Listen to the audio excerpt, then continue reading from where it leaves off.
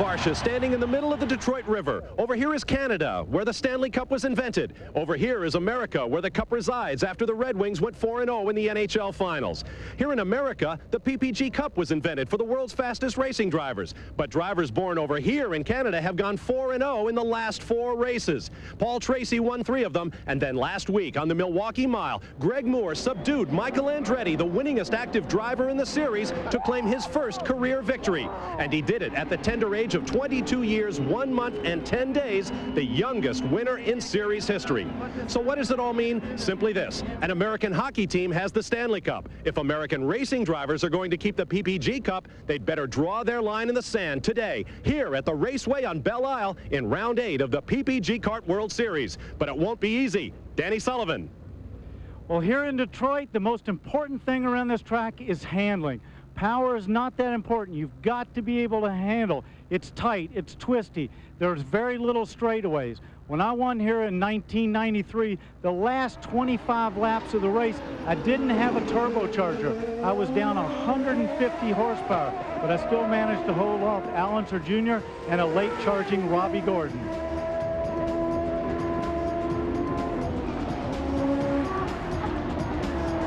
Danny, you want to know one of the reasons why it's so tough out here? Look at these portable barriers on the outside of the racetrack. Look at them on the inside. They go all the way around this 2.1-mile facility, and they create a concrete canyon, especially going into the corners. Visibility is extremely limited. Drivers can't look across a corner. They have to just hope that there's nothing there. They have to really mind their P's and Q's, and it gets narrow, guys. So narrow, Gary Gerould, that the start is always controversial here. Gary? The man who will lead them into the concrete canyons, Gilles de Ferran, he was so precise. A marvelous job yesterday to earn the pole position. In qualifying, he went out and he absolutely put together a spectacular effort. He knew he had an optimum 1 lap to get best use of his tires, and by 0.03 of a second, he nipped Scott Pruitt. Talk about incentive. There's an extra bonus today. If he wins from the pole, he picks up an extra $60,000. Bob? Those are the headlines, and we are moments away from the command to start engines for round 8 of the PPG Kart World Series. Welcome to the ITT Automotive Detroit Grand Prix.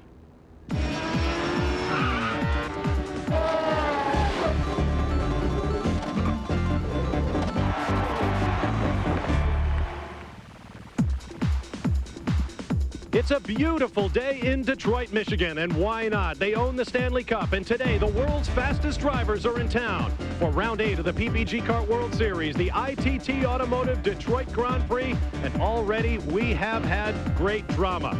Hi, everybody. I'm Bob Varsha, along with former series champion Danny Sullivan, a winner of the Detroit Grand Prix from the furthest back anyone has ever come in the field, 10th starting position. But our headline right now, Danny, is the fact that our points leader coming into the weekend, Paul Tracy, will not race. Well, this is a big blow to Paul Tracy. He's doing so well. His championship, he's leading it.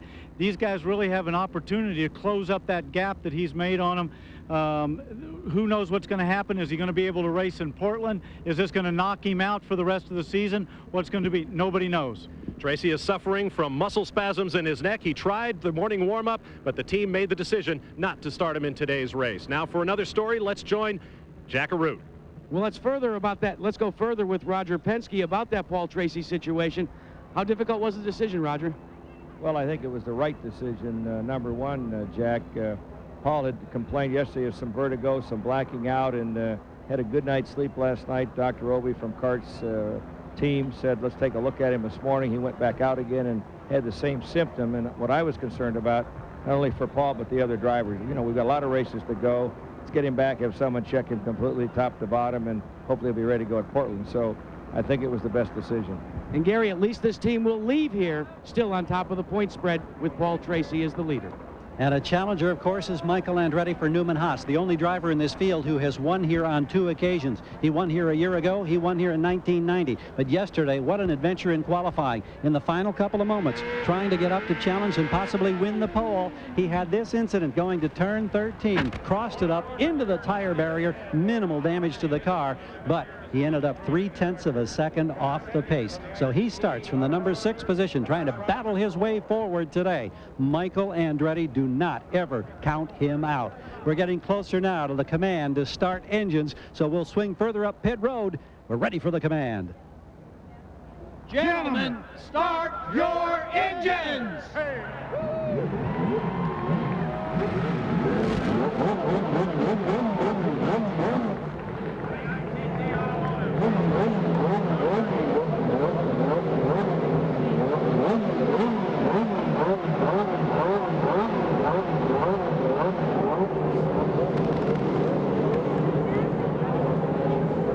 Not one, but 3 gentlemen to give the command to start engines, including Detroit Mayor Dennis Archer. Here's the starting grid for today's race. Gilles de Ferran, the new track record holder. His team won here 2 years ago, but he was only 13th in the morning warm-up. He'll start alongside Scott Pruitt, a winner earlier this year on the streets in Australia. He was 3rd quickest in the warm-up. Row 2 will be Roberto Moreno. For the 3rd time in 4 races, he out-qualified his teammate Michael Andretti. Alex Zanardi will be alongside, quickest in the warm-up, winner of the most recent race on a road course in Long Beach, California.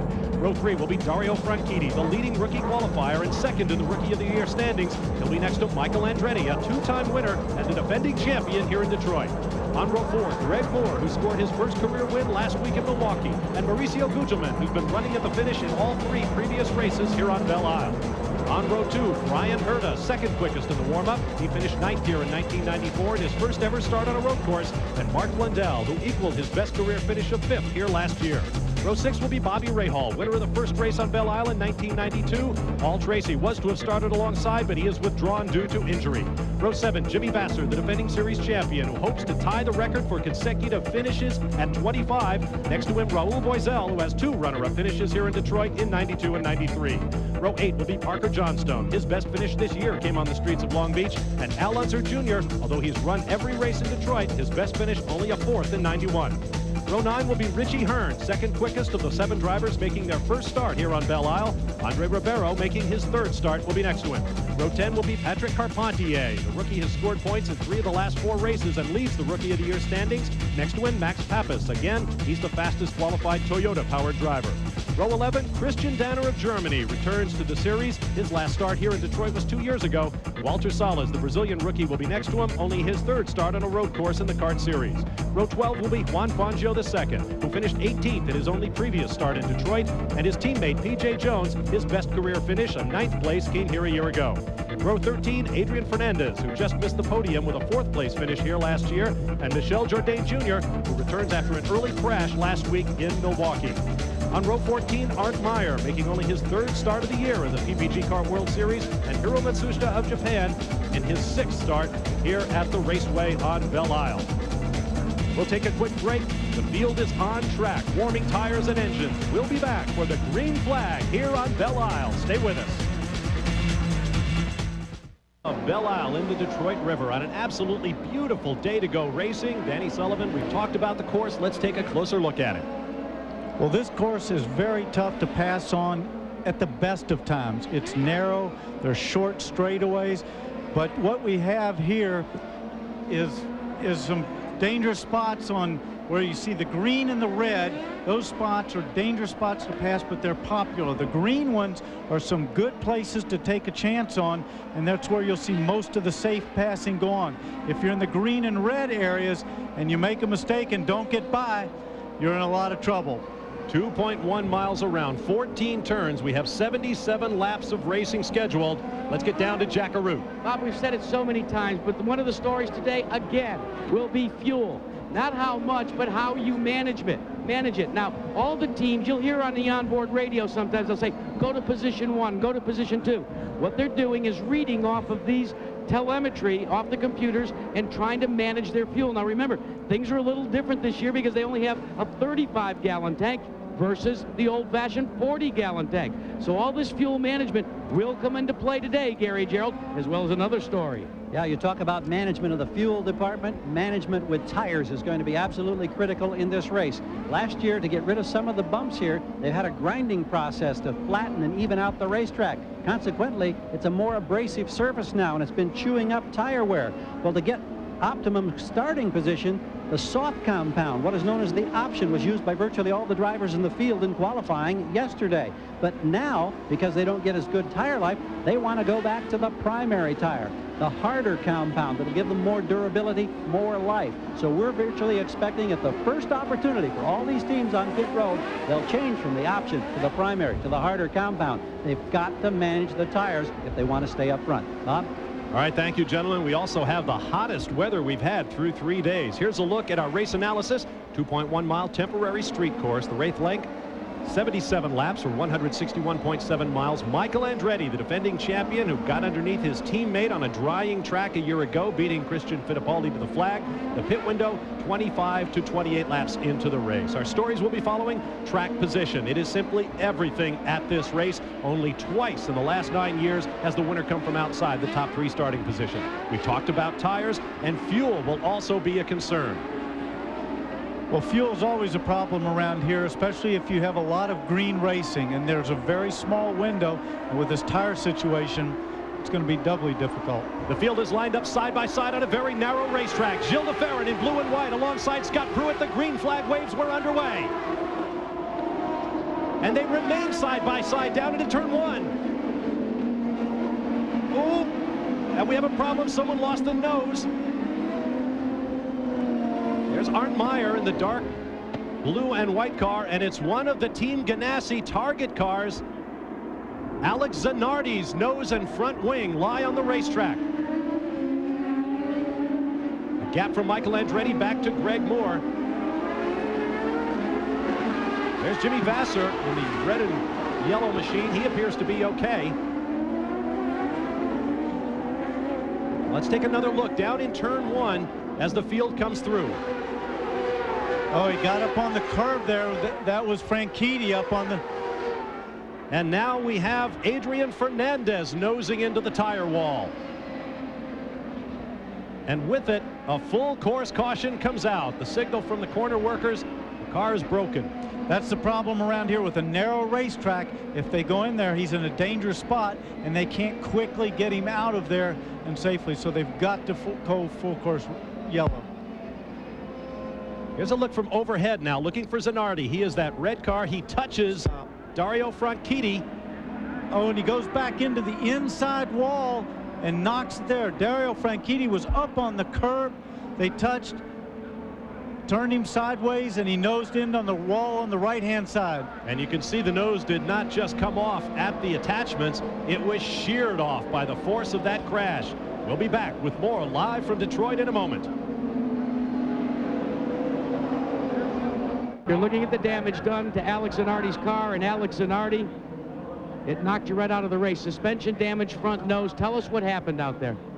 I don't know. I don't even know who hit me, but it's not simply disappointing. It's sort of desperation when you're out of the race. We're watching the replay here as we come through, and it looked as if, as we take a look one more time from high above, Dario Franchitti gets you sideways.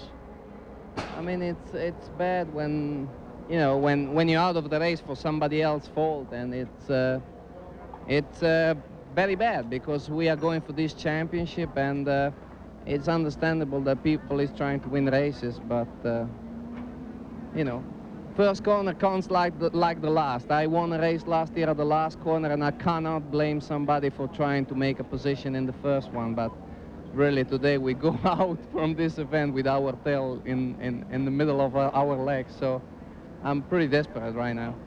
Bob? Alex Zanardi came into this race third in points, just 2 points ahead of a tie between Greg Moore and Scott Pruitt in fourth place. Danny? Well, that's always a tough spot at the race. When you come down, you've taken the green flag, it funnels into a narrow corner. Everybody's trying to make sure they don't lose position to somebody else. Michael Andretti was on the outside. Dario Franchitti dove up the inside. Unfortunately, it's close racing. He touched Zanardi there, turned him a little bit sideways. That's all it takes, and he was in the wall. And there you see Adrian Fernandez's car. He too found the tire wall later on that lap. This is the fourth time in 9 races at Detroit there's been a yellow on lap 1. We'll be back after this message and a word from our ABC stations.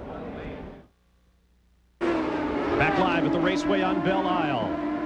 Restart on lap number 5. Gilles de Ferran leads Scott Pruitt, Roberto Moreno, Dario Franchitti, and Michael Andretti after separate crashes have taken out both Alex Zanardi and Adrian Fernandez in the opening laps of today's race. Boy, that's a frustrating time for Adrian Fernandez. Those guys have been struggling with that Lola, get taken out on the first lap. Hey, guys, one of the things that's happened already with that lengthy caution period, Scott Pruitt, who you ride with, has determined that they may, and I say may, stay with the optional tire throughout the day. The conventional wisdom up and down pit road was that once you had your first pit stop, try to go to the harder compound tire. But the conversation right now between Pruitt and McGee, hey, we might want to stay with the optional tire. Jack, I think that's going to be the decision all day long, depending on the number of yellows. If they keep having yellows with guys sliding off or whatever, they're going to stay on that option tire. Danny, if I can interject for a moment as well, we were just talking with Al Spire of Firestone Racing. They said we are not even mounting the primaries. We feel that our option is solid. So if we see the change, it may be on the Goodyear side. We've talked to crews that say they'll do that.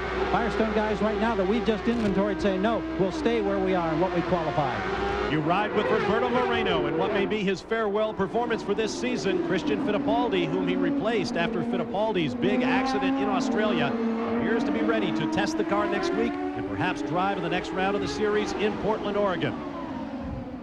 Now we have a yellow flag from the flag stand. Double yellows means a full course caution, and we understand the reason is debris. There it is. Boy, that's a lot of debris. Now this, oh, well, it looks like, though, it's just, I hope that's just paper and foam. It's right there at turn 8 at the end of the back stretch. But boy, these guys, if that's something that can cut their tires, I don't know what the material is. Somebody said it's from a braking sign, one of those ones that are hanging there from the fence. There you see it shattering on the road. These signs are hung on the fences at 100-meter differentials to give the drivers some sense of depth perception as they approach the corner to judge their braking distance. One of them has come off and laid styrofoam all over the racetrack.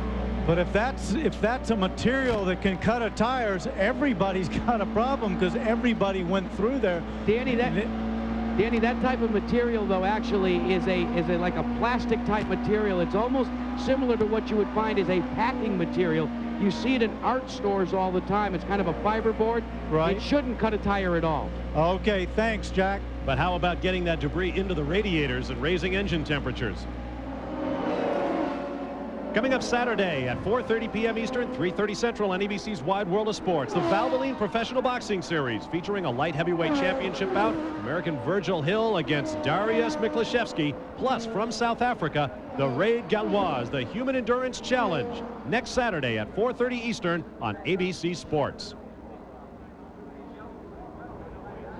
Now there's one of those braking signs that we've been talking about hanging from the fence.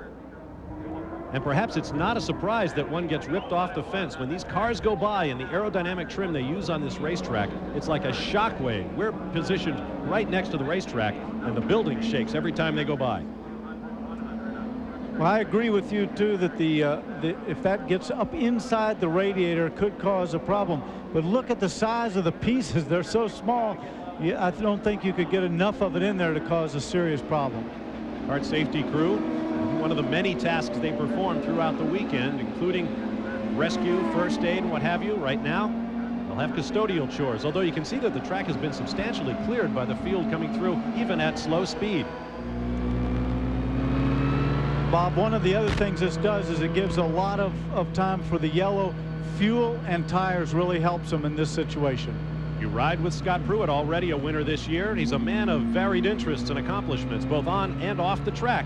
We recently spoke with him about his long-standing interest in the visual arts.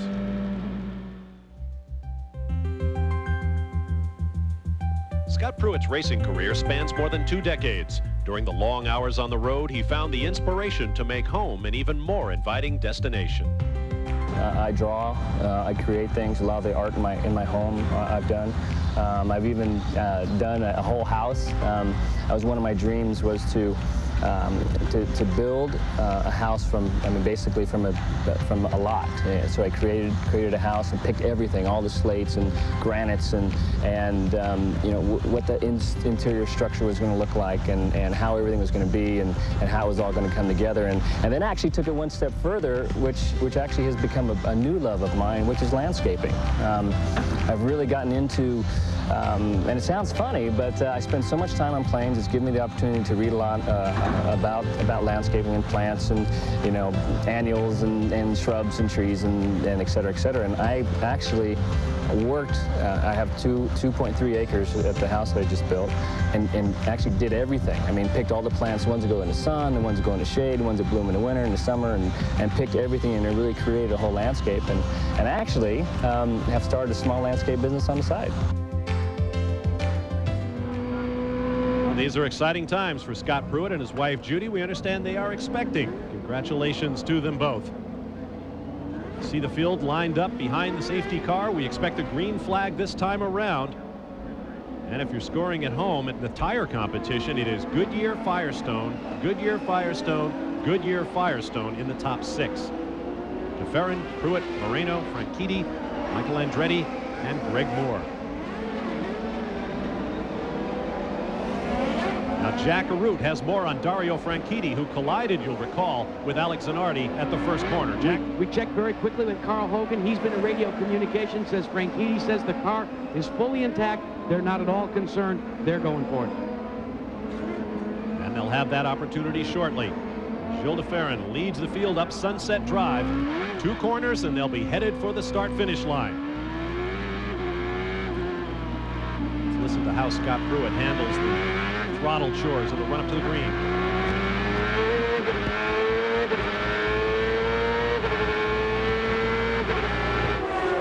Gilles DeFerrin able to pull away slightly as we go green on lap 9 of 77.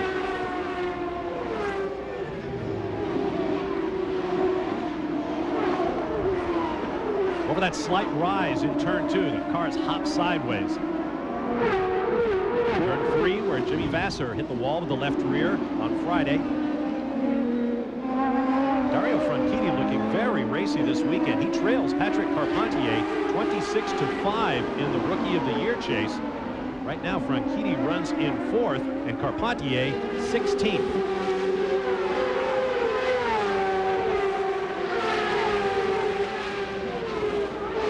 Michael Andretti, Greg Moore in the blue and white, followed by Mauricio Gugelmin. Bobby Rahal taking a look inside there in that blue and white Miller Lite car. That's Mark Blundell just ahead.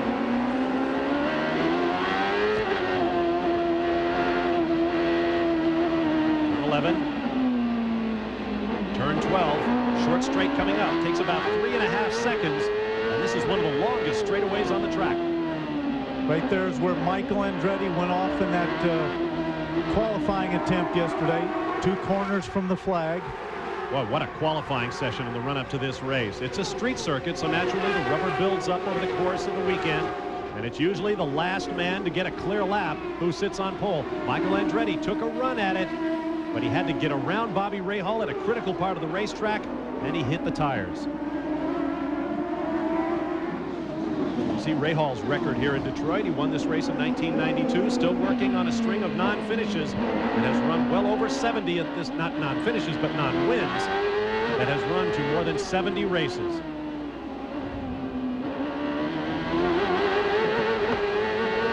Turn 7, on to one section of the backstretch. Now look at him closing here.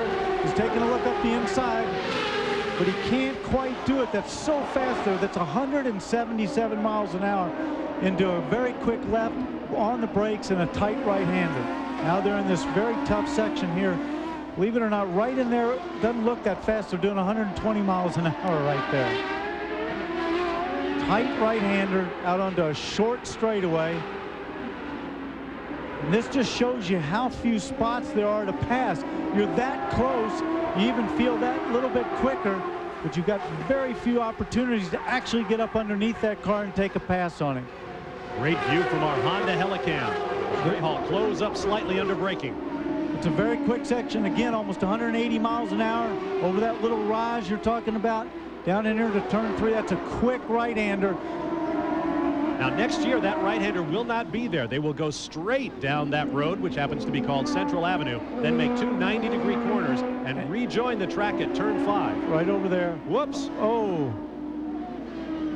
That looks like Andre Ribeiro? Ribeiro, whose teammate Fernandez is already out of the race. Andre Ribeiro, in the second Tasman Motorsports car, has backed it into the tire wall. And you can see the skid marks. See them there, the black marks on the concrete, right across there. See how many different surfaces we have there? We have concrete, then just back beyond that is asphalt. Each surface with its own level of abrasion and grip. We have another yellow flag, another full course caution here at the raceway on Belle Isle for Andre Ribeiro. The race leader is Gilles de Ferran, and we'll be back live to Detroit. Welcome back to Detroit. Tonight on ABC starts with a brand new episode of Second Noah and America's Funniest Home Videos, followed by the ABC Sunday night movie Without Consent, starring Jenny Garth. That's all tonight on ABC. There's the Goodyear blimp Spirit of Akron's view hovering over Belle Isle. If you ever wonder what the inside of a Goodyear blimp looks like, that and many more questions about all the Goodyear blimps are answered on the Goodyear website at www.goodyear.com. Pay to visit sometime. There's the scene of Andre Ribeiro's spin into the tire wall. Cleanup still underway. Let's get down to Gary Gerould. And an interested observer trackside, and it's good to see him back. Leaning out of the back of the Newman Haas scoring stand, Christian Fittipaldi. Tell us how the rehab and the recuperation is coming after that devastating crash in Australia early in the season. No, everything's going just fine. I had my bottom screws removed last Thursday, and I should be back in the car on Tuesday and Wednesday testing. If everything goes okay, then hopefully in the car officially by Portland. Now, when you say you're going to be testing, where will this test take place, Christian? We're running the Mid-Ohio kart test, which is going to be an open test, and I think we're going to have a lot of teams out there. So in a way, it's also going to be good because I have more drivers that I can compare against, and I can see how competitive I am in the car. And if the leg doesn't fall, then I'll be back in the car for Portland. Are you apprehensive at all? Are you concerned about this test? No, actually, I'm very happy that I have this chance. I think all the sponsors and the team have been really great with me, and I'm really looking forward, and I'm pretty confident that I can get the job done in Portland. Well, that'll be 2 weeks from today. Hope we see you in the race car, and thank you. Thanks a lot, Gary. Jack? Well, Gary, we're talking to the brain trust for Scott Pruitt, and that's Jim McGee, who trails George Magnotti in terms of wins by just 1. But with this amount of caution, when do you begin to look at this as possibly a one-stop race, Jim McGee? We got a little way to go to make it a one-stop race. Right now, you know, we're just kind of getting a feel for the mileage and looking at, you know, the situation with the tires. So, how is the situation with the tires? Tires look good, but that's going to determine a lot because you may not be able to go with just one stop on these tires. They're wearing pretty good, you know, in some cases, although our tires, the Firestones, have been doing a hell of a job. Now, for the layman at home, if he was trying to keep track of it kind of the way you do the numbers here, it's my understanding that a lap under yellow equals how many laps or what part of a lap in a green flag condition here? Probably about 3.5 laps in a green flag condition, 1 lap under the yellow. Guys, do the math. We're getting ready to go back to green, too. All right, thanks, Jack. We are on record pace, but not the sort of record that we wanted. 9 of our 13 laps have been run under yellow. The record for number of yellows here in Detroit is 6, set last year. This is our 3rd. Now, there's Andre Ribeiro, who was pulled out of the tires. He is underway again and nudging it back onto the racetrack. Well, but look at that left front right there. That is damaged. He's slid into there. He's obviously damaged it. He thinks he can get it back to the pit, and hopefully you can. In fact, you can see right there underneath that suspension was bent. And he made a smart move. He just pulled off there. I'm surprised they didn't tow him around and spot that, but his day is done. So Andre Ribeiro is out of the race. Here's a look at our running order after 13 laps. Gilles de Ferran up front. Scott Pruitt follows, along with Roberto Moreno, Dario Franchitti, Michael Andretti in the 5th spot. Greg Moore behind him in 6th. Mauricio Gugelmin, Jimmy Vasser, Ryan Herda, and Mark Blundell, the top 10. Zanardi joins, Ribeiro, now shown as -2. But you know as well as we do that he is out of the race. He joins Alex Zanardi and Adrian Fernandez, who went out on the 1st lap. Up Sunset Drive through turns 13 and 14 comes the field. And up to speed they go once again. Gilles de Ferran with a quick couple of car lengths on Scott Pruett as we go green.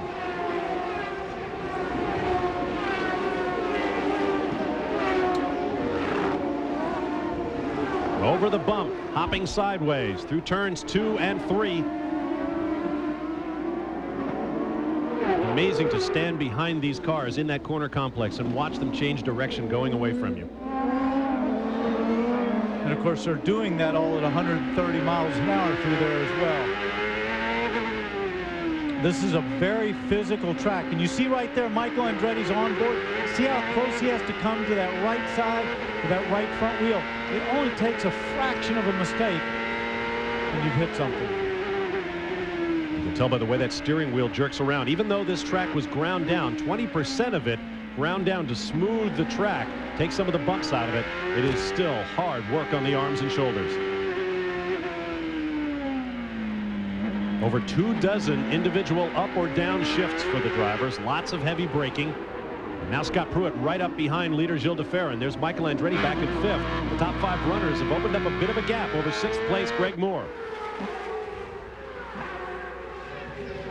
Flashing across the start-finish line to complete lap number 15, Jack Arute. Well, Adrian Fernandez into the tire barrier out of the race. How frustrating has this season been for your team?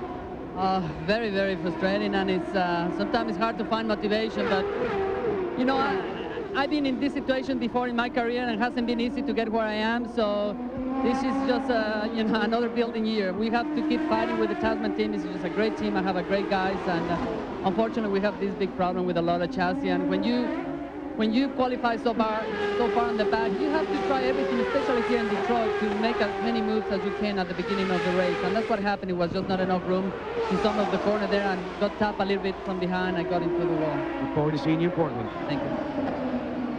Boy, and for a team like that, it's when you're that frustrated and you're trying to make something happen. Now both of their cars are out. It's a great team. Those guys each had a victory. Andre Rivera and Adrian Fernandez last year. It's very frustrating. I talked with car owner Steve Horn over the weekend. He said, if you think negative things will happen. We're going to think positively about this season and see what we can do. Good luck to them. Right now, we have a top 5 breakaway. Gilles de Ferran leading Scott Pruett. Keep in mind, 2 years ago in Cleveland, these two had a big coming together that neither has completely forgotten. Pruett was running off the lead lap at that time as de Ferran came through. They got their signals crossed and collided, and there were hard words afterward. Michael Andretti drawing back slightly. Mario Franchitti, the 4th car in line. Looking strong. The only rookie in this group of 5 up front. And Bob, Dario Franchitti is getting excellent fuel mileage. He's been back and forth with Team Hogan, and they say stay out there, run your kind of pace. We might see him take a look at the possible one-stop race if we get some more caution. All right, thank you, Jack. There is Franchitti. Cross of St. Andrew on his helmet, I have been advised, along with the Italian flag. I'm glad you got that right. So am I. No more international incidents. On Sunset Drive, still running nose to tail, and now Greg Moore begins to draw into the fight as well behind Michael Andretti as they sweep through turns 13 and 14, basically just one long right-hander. Right, and you don't know what's going through a driver's mind right there. He might be saying, hey, I'm going to play this a little conservative, be easy on my tires, hopefully be able to make a run at these guys at the end of the fuel window. Gilles de Ferran has a different mindset. He said he's got to stay out there in front. He'd like to stretch it out a little bit. There's Mauricio Gugelmin running in 7th place. He's got Jimmy Vasser. Vasser, the series champion, still looking for his first victory this year, just behind. And then Brian Herta is behind Vasser in 8th place, followed by his team owner, Bobby Rahal, in 10th. Mauricio Gugelmin has been the best qualifier based on qualifying average thus far this year. Ride with Vasser. Now watch him when he comes down in here. There's a big bump. Boom, boom. Right there.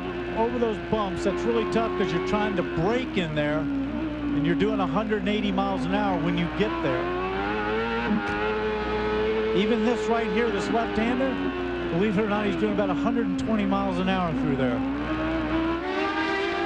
What an athletic exercise. And the cars look fairly elegant considering all the violence within. As you look at the numbers on the battle for 7th, Gugelmin to Vassar, and how it's fluctuated over the last few laps. Exhaust gases rushing into the turbochargers at 750 miles an hour, spinning the impellers up to 100,000 revolutions per minute to make more than 850 horsepower. And to contain that on a tight racetrack like this is quite an achievement. There's Al Unser Jr., shown in 14th position right now, working lap number 19. His teammate Paul Tracy, the points leader coming into the weekend, is out of the race. So the Penske team's hopes of their 100th victory ride with little Al.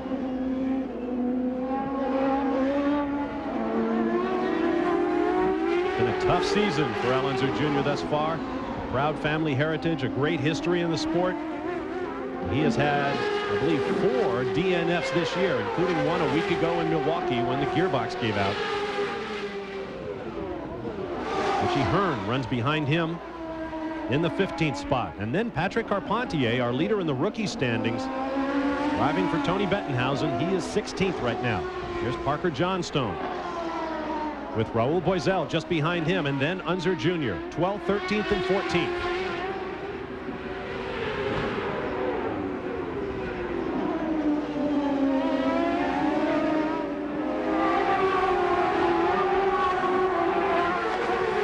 To top speed as they flash down Sunset Drive through the start-finish area. Almost an amphitheater effect right here as you see the full grandstands all around. Pit lane to the bottom of the picture. There's the exit. But I can tell you, having done it myself at 180 miles an hour, you're not thinking about an amphitheater. You're thinking this is pretty small, and I can't make a mistake in here or it's going to be a big mistake. Like trying to thread a needle at 150 miles an hour. See this concrete in there? See all that black on top of the concrete? That's very rough in there. Come out, you hit the asphalt. It's very hard to get traction in that area, and it is severely rough. These views from high overhead give you a great feel for the speed as the cars rush along the roads here on Belle Isle. A busy weekend here in Detroit. The Tigers are in town. The Stanley Cup has just finished. The ITT Automotive Detroit Grand Prix continues. We'll be back. Back live, flashing around the raceway on Belle Isle. The ITT Automotive Detroit Grand Prix continues. 21 laps complete. Now here is the real-time telemetry on board Gilles de Ferran's Honda. Full force on the brakes. And look at that speedometer climb whenever he gets a bit of straight track in front of him. Acceleration line shows you relative position of the throttle pedal. And you can see there's very little 100% throttle section on this racetrack. They're feathering it through every corner. You're absolutely right. There's very few places where you can use all the power. That's why I said in the top of the show that you don't really need power. You need great handling here. Now they'll get almost 180 down in this area. Hard on the brakes. You see his head jump in the cockpit right there. It shows you how big a bump that is.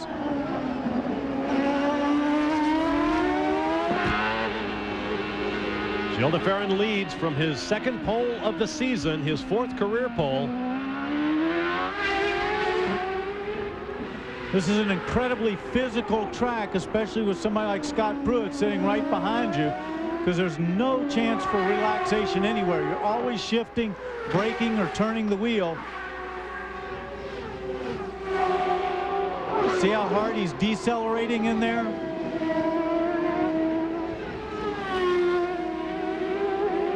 Gary Gerould has more on Gilles de Ferran. Interesting in the early stages of this race, everybody knowing that this is a race where you have to dictate patience as a driver, particularly up front. Derek Walker's in that cheerleading mode on the radio frequently. Good job. Nice job. Stay with it. Just encouraging his driver all the way around. They like the way the car is handling. Also, 2 of the contenders right behind him located at this end of the pit for the Luminosity team.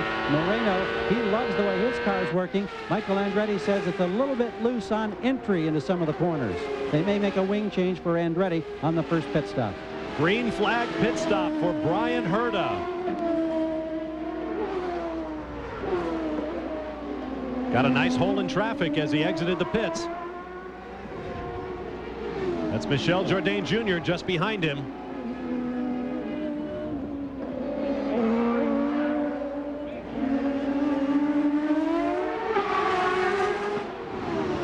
See Herta not yet quite up to full speed on cold tires. Not only that, Bob, he's got a full load of fuel on, so the other car's a little bit lighter. And you can see a little bit of that rubber buildup offline. They call it the marbles, and it is absolutely treacherous if you get on it. Well, and we saw that, I believe, in 1993 when I won the great Nigel Mansell got up on the marbles and lost it.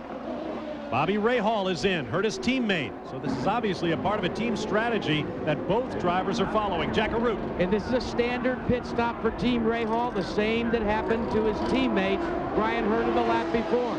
All they did was change tires. Now remember, guys, they're on the Goodyear tires. And taking a cursory look at the tire wear, it looks like they may have had to come in not for fuel, but for tires. I'll get back to you. Bobby Rahal also gets a hole in traffic as he comes back onto the racetrack. For Brian Herta, this is a bit of a home race. He hails originally from Warren, Michigan, although he now lives in New Albany, Ohio. Now notice the numbers on Bobby Rahal's last pit stop, 31.677 seconds. That was the stop from the blend line at the beginning of the pit entrance until he exited the pits. And that is critical information rather than just the stop itself. Scott Pruitt is slow and approaching the pit entrance. That is not a normal pit stop. He's got something wrong here. Pruitt heads for the Brahma Sports Team Pat Patrick Racing pits. Jack Arute is there. This is definitely unscheduled, and it's an engine problem for Scott Pruitt. Ford-powered Scott Pruitt. They're going to have to take the cowling off. He is not at all happy about this. We'll have to wait and see. They are not sure as to what the problem was, but they did radio that it is an engine, and it looks like now they're going to go for the distributor and the spark wires, the spark plug wires. They're going to have to make a change there. One crew member has grabbed them. They look like coat hangers, and they'll have to take the first set out, but this is going to be a long stop for Scott Pruitt. Pruitt sits in the cockpit as his team goes to work. Meanwhile, up front, the laps begin to tick away for Gilles de Ferran. 25 complete of 77 scheduled. We're already at the 1/3 distance. We'll be back in just a moment.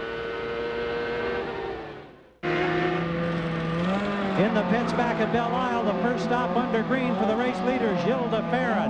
Everything routine, he rolls away, 11.6 seconds. Excellent service from the Derek Walker team.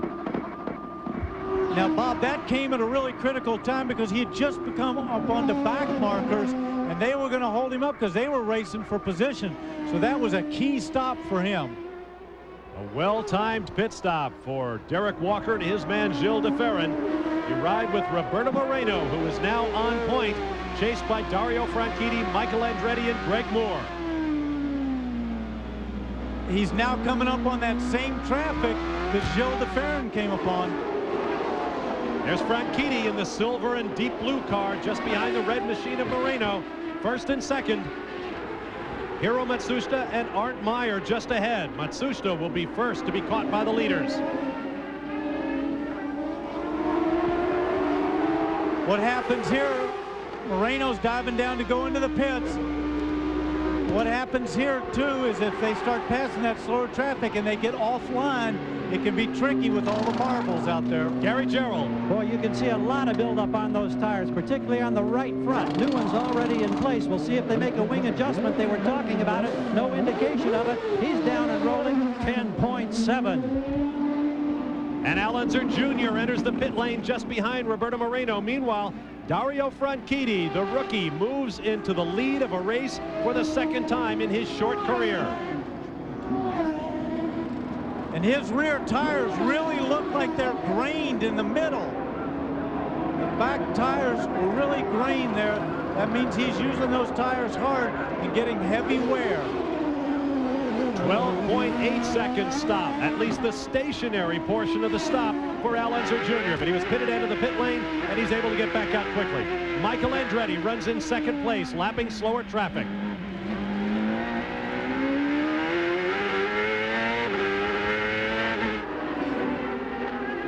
And Greg Moore just behind him. Mauricio Gugelmin in third, going around Matsushita.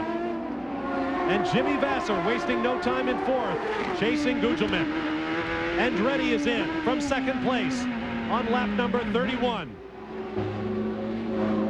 Newman Haas team in action now for Michael Andretti, a two-time winner at Detroit. He was saying that the car was a little bit loose on entry. They're going to the primary tire from the option. There's a minor wheel change at the front. 12.7 on my clock for Michael Andretti, and gone. Andretti at the 60-mile-an-hour pit lane speed limit. Sharp right-hand turn, and his teammate goes by as Michael Andretti comes back on the racetrack. There goes Richie Hearn in the red and white machine.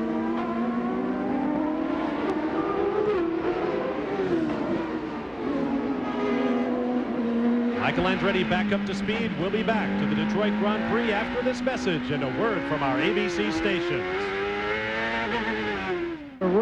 A rookie here at Detroit's Belle Isle. Dario Franchitti, after leading for several laps, has brought his Hogan entry onto pit road.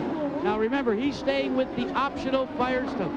Someone has hit the wall. Let's go back to Bob. It's a Richie Hearn in turn 11. You can see from the tracks, he spun it in rear end first. Oh, and is that really going to help Greg Moore there? Because he had not made a pit stop. Everybody else pitted under green. He's going to get the opportunity to come in under a yellow. And something interesting is happening here as you look at Dario Franchitti completing his pit service. The leading cars, the first cars to pit, were the Goodyear runners. The first 7 cars, when that yellow flag came out, were all on Firestone tires. As you look from high above at Richie Hearn, whose Lola is backed into the wall, and a run of tough racing luck continues for the young racer from Nevada. Here's another look. Oh, he just loses it going into that left-hander there and backs into the fence. And that was Michael Andretti in the black car that just went out of the screen. He was lucky there. He got it a little sideways, trying to stay away from him. There is Hearn talking to the corner workers, but the steering wheel comes off. He is done. And we have action in the pit lane. Race leader Greg Moore is in. There's Mauricio Gugelmin from second place, pitting just behind Moore. Now, this is the longest. This is the guy that has gone the longest without a stop. Greg Moore, remember, of the leaders. And this caution is very advantageous. Gary, let's check in with Parker Johnstone's pit stop. Parker Johnstone started 15th and battled his way forward. He has a nice stop. And like the other Firestone drivers, they stay on the option softer compound. They don't make the switch to the primaries, as we have seen the Goodyear drivers do. There you see Michael Andretti with Mauricio Gugelmin just behind him. Let's take another look at what happened to Richie Hearn from Michael He's going to Andretti. go into this next left-hander. He's going to get sideways right here. Just get sideways. Look at Michael. He gets it crossed up too, just trying to stay away from him. And with the sound of his own heartbeat in his ears, Michael Andretti continued on. Now there's Dario Franchitti, and the crew is having a problem with the fuel hose. Oh, this is a disaster for him. They've got a real problem there. They couldn't get the car down and serviced in quick time. A costly pit problem for Dario Franchitti, but he is back out, and we'll be back to Detroit in just a moment. ABC Sports, the first round of the International Race of Champions. 12 identical cars, 12 of the greatest racing drivers in the world from Daytona International Speedway. Kart stars Al Unser Jr., Jimmy Vasser, and Alex Zanardi will be in the field. Stand by for that immediately following our racing here in Detroit. Now there you see Richie Hearn's accident scene. Floating overhead is one of America's most enduring corporate images, the Goodyear blimp. They worked hard last night helping with ESPN coverage of the Stanley Cup Finals. Tonight they are back in the air over Detroit, giving us some beautiful views of the Detroit Grand Prix. There is the centerpiece of the Detroit skyline, the Renaissance Center, and nearby Joe Louis Arena, where the Red Wings are probably still celebrating their victory in the Stanley Cup. Jack Arute. Bob, this is a dry brake system for Dario Franchitti's Hogan entry. Now, when they inserted this into the car to make the fill, they couldn't get it uninserted, and they are not sure. They don't think he even got a lot of fuel in. And here's why. Do you see the little butterfly inside there? They're not sure what the problem is, but they think it's a faulty dry brake system, and they're actually right now without any ability to refuel until they figure out what the problem was. All right, thank you, Jack. Our race leader is Greg Moore with 36 of 77 scheduled. Presently in the books, all of the top cars have pitted. We'll be back in a moment. Live here at Belle Isle, look at the accumulation of waste rubber off the tires. Talk about a line that's hard to miss, and officials are trying to do something about it. Well, they're trying to sweep this up. Those marbles, they call them marbles because if you actually get on them, they're just like rolling off of marbles, and it's very difficult to pass. And of course, with these tires running the soft compound, they're throwing off more rubber than normal. We are under a full course yellow after Richie Hearn backed his car into the wall. That is the reason for the yellow right now. And officials are taking this opportunity to clean up the racetrack. Down to Jack Arute. And Bob, that's a big break for Carl Hogan and his team and Dario Franchitti. They have determined what the problem is, and they're going to call Dario back in. They did have a problem with the dry brake fuel filler system. Here's the other part of the problem. They only got a half a load of fuel in. At only 35 gallons on board, he only got about 17 to 18 gallons. He's going to have to come back in again, and as he comes onto pit road, this means sacrificing all of the track position that he had earned. So he'll have to go back out on the racetrack, way back in the back of the line. Now let's see if the dry brake works this time. Yes, so far, but we get to see the fuel pop up in the overflow, signifying a full tank. Now it is. Gary, let's go to you. Well, here's car owner John Della Penna working with a Lola chassis that's really been kind of a handful. It's been very difficult for you this season. It has been, unfortunately. It's a little bit tough to work with it, and you know, it's very hard to tune, but we've been trying to do the best we can. We're kind of in it with the car for the year, so we got to do the best we can. And that, of course, is the owner for Richie Hearn. We wish him well at Portland. Bob? All right, thank you, gentlemen. Meanwhile, a great rookie battle is developing. We'll talk about that in a moment. We'll be back after these messages and a return from our ABC stations. Back live in Detroit tomorrow night on ABC. It's Walt Disney World's 25th anniversary, followed by the ABC Monday night movie, The Temp. That's all tomorrow night on ABC. Here at the raceway on Belle Isle, we are under a full course caution. Greg Moore is the race leader, although the first car behind the safety car is the lapped machine of Hiro Matsushita. This could be a very interesting restart. Well, Hiro's been in this position before, I'm sure. I mean, he's a very professional driver. He'll do the right thing, and you know, with the way this thing's set up, all he's got to do is get off the line there. If he gets off the line, well, gives them a place where they can pass, they'll be okay. The problem is he's got about 8 or 10 guys right behind him, all battling for position, and this is a tough place to get by even the best of times. Matsushita runs 1 lap down, in danger of going 2 laps down in the 21st position. The man behind him, Art Meyer, young German, in the last car in the serial. The last car still running on the track is in 22nd position. The car's out of the race. Richie Hearn, Scott Pruitt, Andre Ribeiro, Alex Zanardi, Adrian Fernandez, and of course Paul Tracy, our pole sitter, did not start the race due to an injury.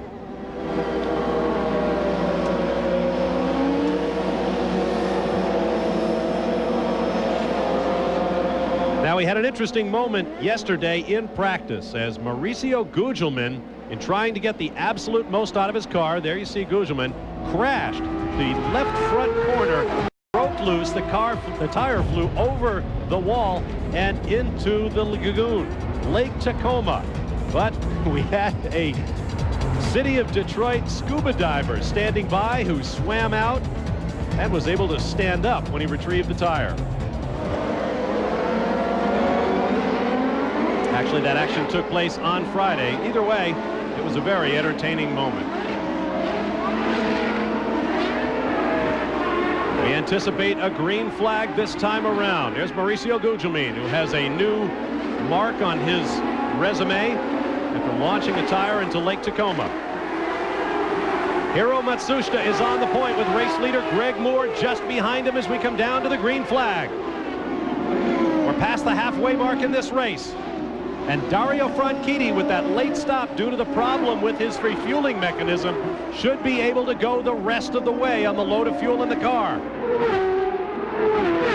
Well, Hiro's certainly not holding. Oh, He was not holding up. And he tried too hard. Got in there too hot under braking, almost lost it. Look at this. Oh! Now he'll have to be careful getting back on. Meanwhile, up front, Moore, DeFerrin, Moreno, Andretti, and Gugelmin run nose to tail. And I was just about to make the comment that he wasn't holding anybody up, and then he had his moment. Race leader Greg Moore in the blue and white car, followed by Gilles DeFerrin in the predominantly red, white, and blue machine. Roberto Moreno in red runs third. Through turns 10 and 11. Then 12.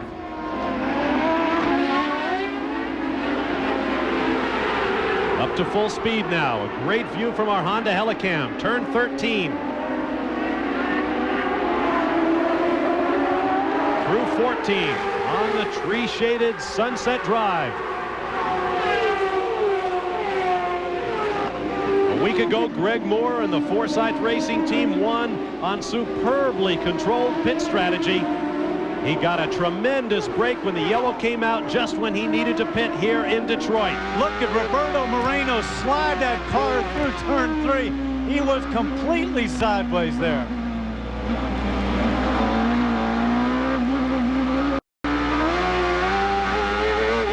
Big twist of the steering wheel as he scrambles for grip.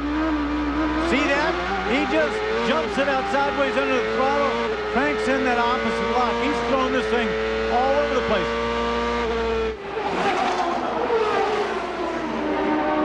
Moreno, running third, is right behind Gilles DeFerrin. And just behind Moreno is his teammate Michael Andretti. Oh, and we have a car off. Michel Jourdain into the tire.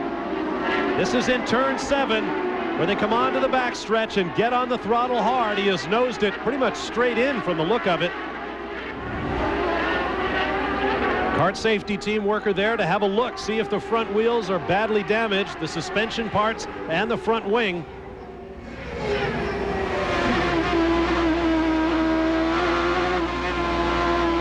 No caution flags from the flag stand. Looking for a local yellow. And they're only a couple of corners away from that spot. They'll go up this short straightaway. There you see There's the flag. A yellow. Ooh. They had pulled him out of that tire wall and have pulled him back up in that gap there. So there was no reason to go full course yellow. There you see the damage to the nose of the car. Something caught underneath, perhaps. Oh, it's a course worker. That's a course worker. That's one of the safety crew in the yellow suit. He's up and around. Now, obviously, when they were pulling him back, he probably got caught with the tire and it pulled him down underneath the car. Those guys are tough. Look at that. They'd be on the All-Madden team. Tough and brave. Here's another look. You see, he was riding the car off of the wall, a member of the kart safety team, and then fell to the ground, and the right front wheel trapped his legs under him. Wow.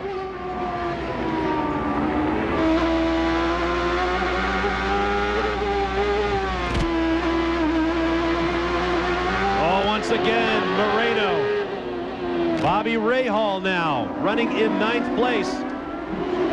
There's Dario Franchitti with Christian Danner in the car normally occupied by Paul Jasper for Peyton Coyne Racing. Meanwhile, there's P.J. Jones and the predominantly white All-American Racers Reynard for Dan Gurney.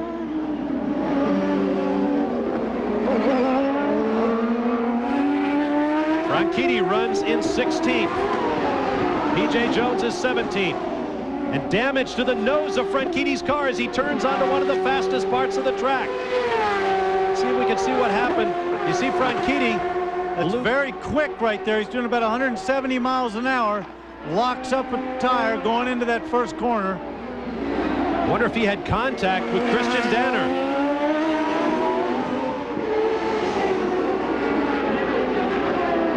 That front wing is critically important to the downforce and the car balance. It is, but the biggest concern is if that piece comes off, goes under the tire and cuts the tire. The aerodynamics are not as important around here as they are on a faster track. The question is whether kart safety officials will actually black flag him for that hanging off there for a safety issue. The young Scotsman is going to continue on his way. He can't afford to stop right now.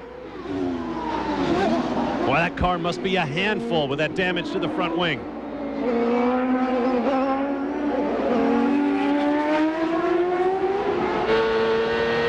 Meanwhile, Bobby Rahal and Parker Johnstone locked in battle. This is for 8th place. Brian Herta, Rahal's teammate, just behind. And behind Herta is Raul Boesel. These cars all running for position. 8th, 9th, 10th, and 11th. There you see how the gap has varied over the last 3 laps.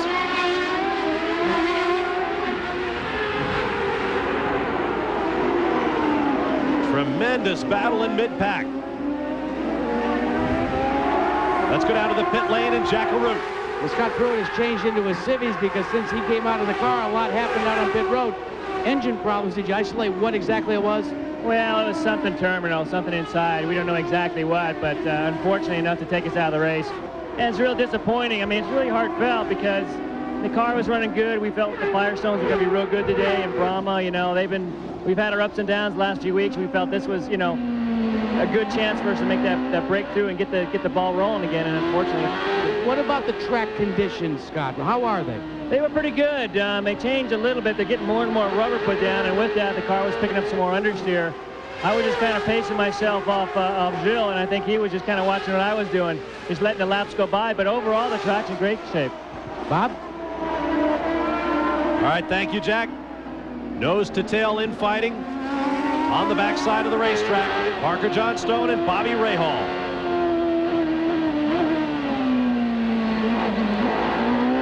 Low revs. You need a lot of torque to get off those corners.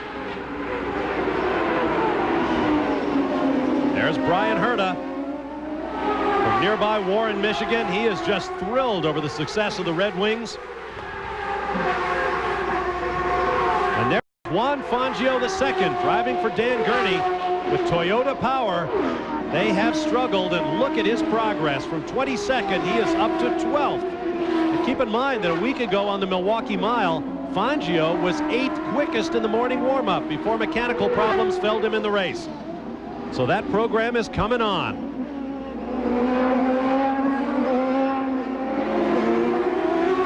Nephew of the maestro, the 5-time Formula One world champion, Juan Manuel Fangio. Juan Fangio II has driven for Dan Gurney for a long time. Gurney, for his part, celebrates a couple of key events this year.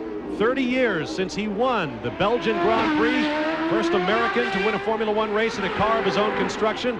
And of course, that amazing victory at the 24 Hours of Le Mans driving for Ford with A.J. Foyt. There's Greg Moore, who had not led a lap this year until 2 races ago at Gateway International in St. Louis. Then Milwaukee, where he won. Now he leads here in Detroit, 3 races in a row with 1 victory.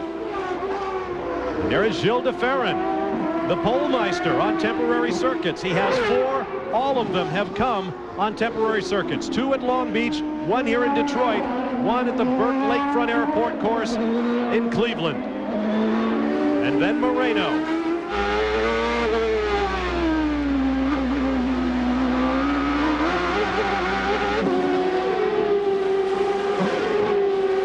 Michael Andretti.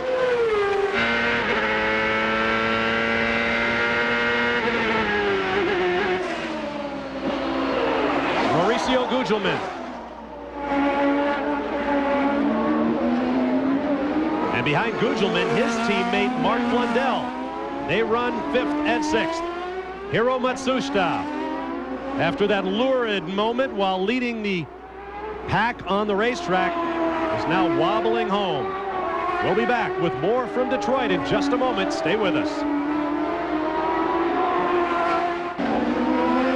Back live live at the Raceway on Belle Isle, and we have yellow flags out around the racetrack. Our 5th full course caution of the day, and the reason is right there. Hiro Matsushita has lost the fire on the straightaway, and immediately Greg Moore, the race leader, ducks into the pits.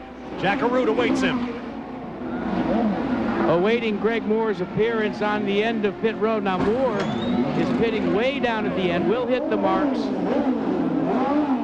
Now, they should not have to take on a whole lot of fuel because they felt with an additional caution they could have literally made this a one-stop race. He lights it up, fuel only. They elected not to change the tires. One thing to remember, let's check with Gary. Well, DeFerrin is pitted. Yeah, Jack DeFerrin came and has gone, and he went for fuel and tires. Next door, Michael Andretti and the Newman Haas team, they went fuel only. They'll stay on the existing rubber. Gary, let's update you too. On the Firestone tire, the biggest difference between the optional and the primary tire, according to Al Spire and Firestone, is that the optional was built in Japan and the primary tire was built in the United States. They say compound-wise, they're about the same. Structure-wise, they're a little bit different between the two. On the backstretch now, out of turn 7, past Lake Tacoma, scene of Gilles DeFerrin's tire drowning incident. DeFerrin runs behind the car right now, the safety car that is, with his teammate Mark Blundell just behind him.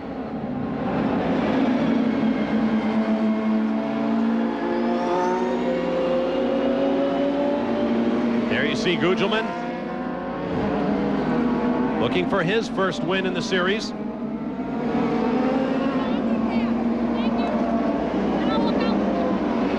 Now we've got all kinds of strategies that played out. Some people stopped for fuel, some didn't, some changed tires, and some didn't. This is going to be an exciting finish. And look at that, just going out of our picture was Dario Franchitti. Still had that bodywork dangling off his left front nose. Coming around to complete lap 52. Christian Danner goes for a tear off of his visor and some clear vision. 1 lap to go. Greg Moore has pitted twice. Mauricio Gugelmin and Mark Blundell up front in the queue have pitted but once. Behind them, Jimmy Vasser, Bobby Rahal have pitted twice. Patrick Carpentier runs 3rd. He has only stopped once.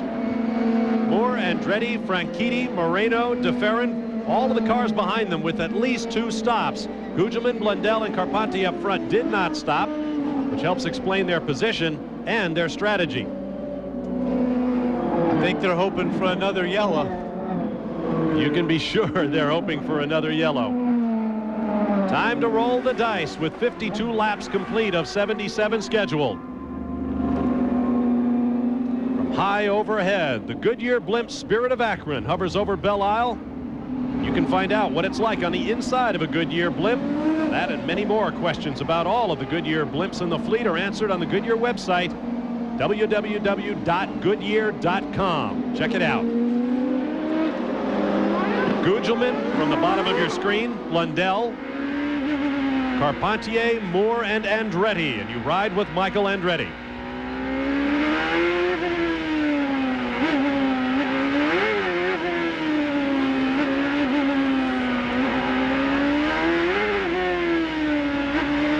Everyone preparing for the battle to be rejoined when the green flag comes out.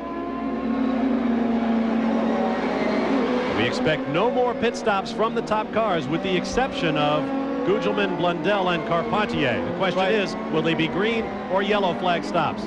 Well, don't forget, the teams that just stopped, they don't have to stop from this point out. Some people took a different strategy, but the ones that fueled up, they can go all the way to the green.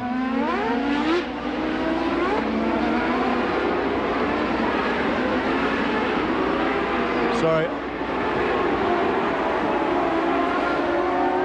The safety car is off. Mauricio Gugelmin leads the field to the green flag. Underway once again on lap 54. 23 laps remaining.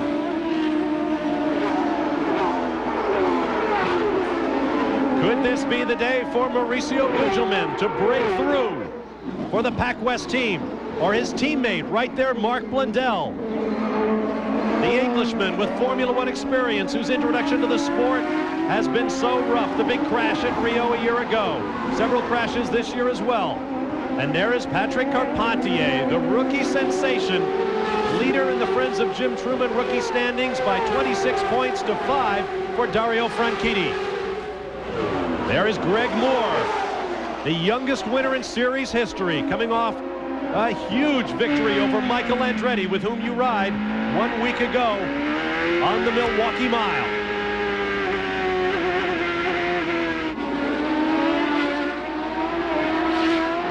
Behind Andretti, it's Dario Franchitti trying to keep pace with Carpentier, his rookie rival.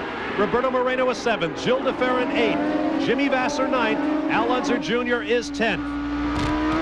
You ride with Roberto Moreno, Gary Gerould.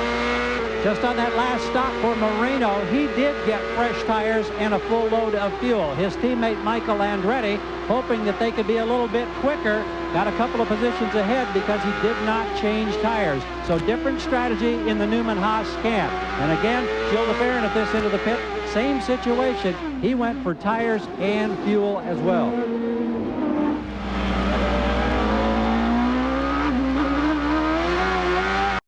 Last pit stop for the top 3 runners was on lap 34. That's 20 laps ago. Jack Arute. And Bob, let's update you. Right now, the wisdom from Carl Hogan's team for Dario Franchitti is they will go the distance without a stop. That would make them, in essence, a 1.5 stop team. Remember, they had to come back in and take on more fuel, but they've done fuel conservation. We talked about the top of the start. And it looks like, though he has a problem with the left front wing, they want to keep him out here. So he could, by succession, make his way back to the front of the field as some of the other guys come in to take on fuel. Yeah, you can see that left front wing right there, the right side of your screen just hanging off. I don't know what's keeping it on there. And that's got to be a concern. I'm surprised somewhat that CART hasn't decided that's a safety issue, because if that gets into the tire, that could cut that tire down so quickly. They will now, Danny, that you brought it up. You can be sure of that.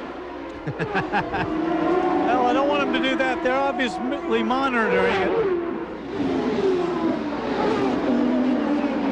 Amazing that it's just hanging on like that, flapping around. By one connector, perhaps. These cars are tough.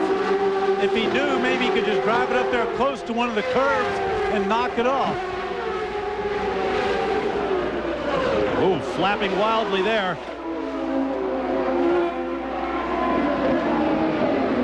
Now we understand there will be a black flag for Dario Franchitti, who had such high hopes of gaining ground on Patrick Carpentier for Rookie of the Year.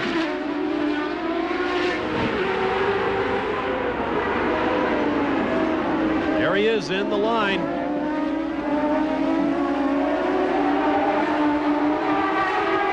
A hard-earned 6th place. And his number goes up from the start-finish line with the black flag.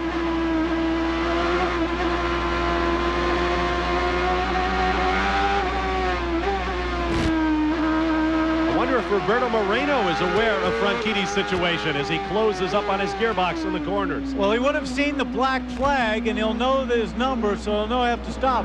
But I tell you, Roberto Moreno stopped for new tires, and you can see him, he's still driving that car for all it's worth, sliding it down in the corners, watching him do a little correction.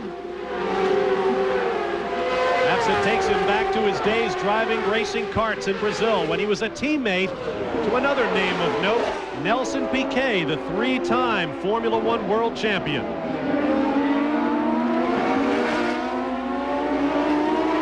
There you see how the battle for 6th has varied.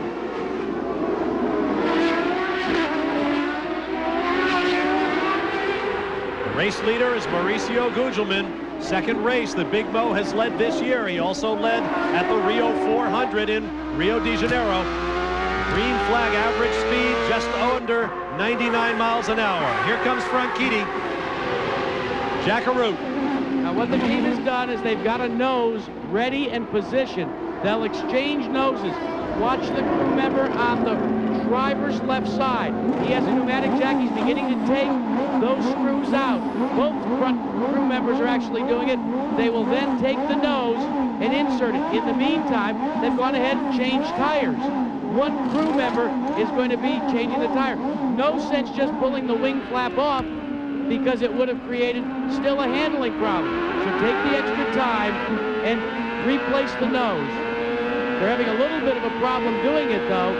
So, Bob, it's going to take some time, but they will get back out. All right, thank you, Jack. Jimmy Vasser runs 8th with Al Unser Jr. and Raul Boesel behind him. And there's Franchitti coming back out, but he has lost a lot of ground. I think I would have just had him take that piece off. His car was handling fine as it was. He was running with everybody. Aerodynamics around this track is not as important as some fast track. I would have gone with it and just pulled the piece off. You look back from Jimmy Vasser's car at Al Unser Jr. Boesel looking for a way by Unser.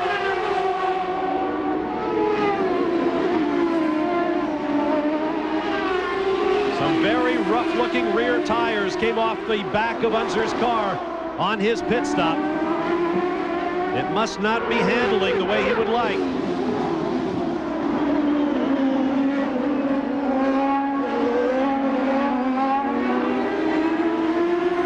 There's Parker Johnstone in 11th place. Behind him, Bobby Rahal in 12th.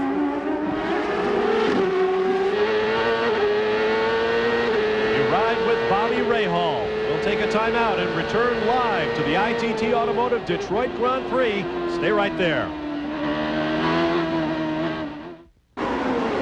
Next Saturday at 4:30 p.m. Eastern, 3:30 Central on ABC Wide World of Sports, the Valvoline Professional Boxing Series. Virgil Hill against Darius Mikulszewski for the light heavyweight championship. Plus, from South Africa, the Raid Ganoise, the Human Endurance Challenge. If you like the Ironman, you'll love the Raid Ganoise. Back here at Gateway, Roberto Moreno continues to wrestle with his car in 6th place in the Detroit Grand Prix. He runs behind his teammate, Michael Andretti. Just before this shot, he actually got up alongside of him, coming out onto the straightaway. Walter Salas for Davis Racing is slow on the backstretch.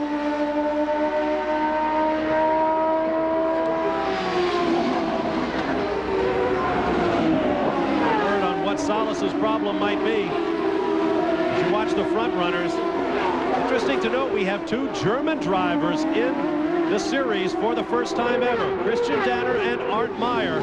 Danner runs in 16th position, Meyer in 20th, which provides a neat segue to the fact that Mercedes, the German automaker, has extended its sponsor relationship with the PPG Kart World Series to the year 2000.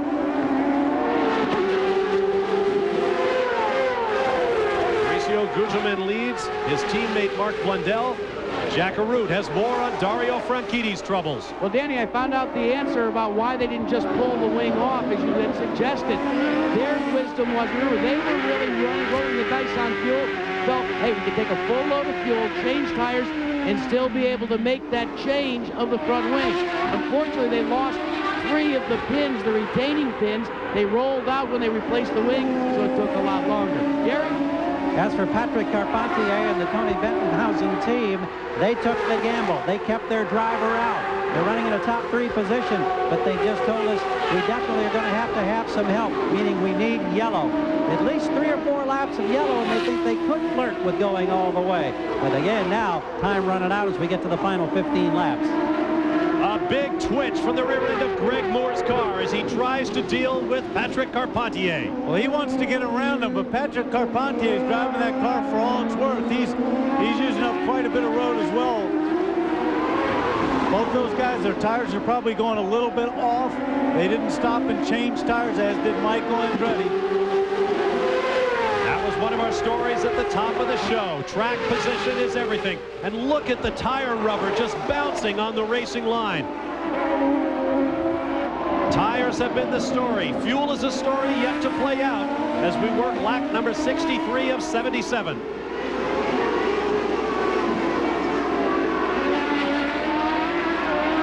Look at that line of cars running nose to tail behind the Pac West teammates. Remember, they have only stopped once. Jack Arute has more on them. And right now, Bob, they are trying, Pac West, for both Blundell and Gugelmin, they're trying to see if they could go without having to stop again.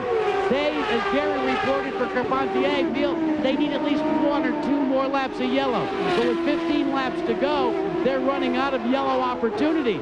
So what they're doing now is fuel management, going up and down clicks on what they call the fuel mapping on board the car.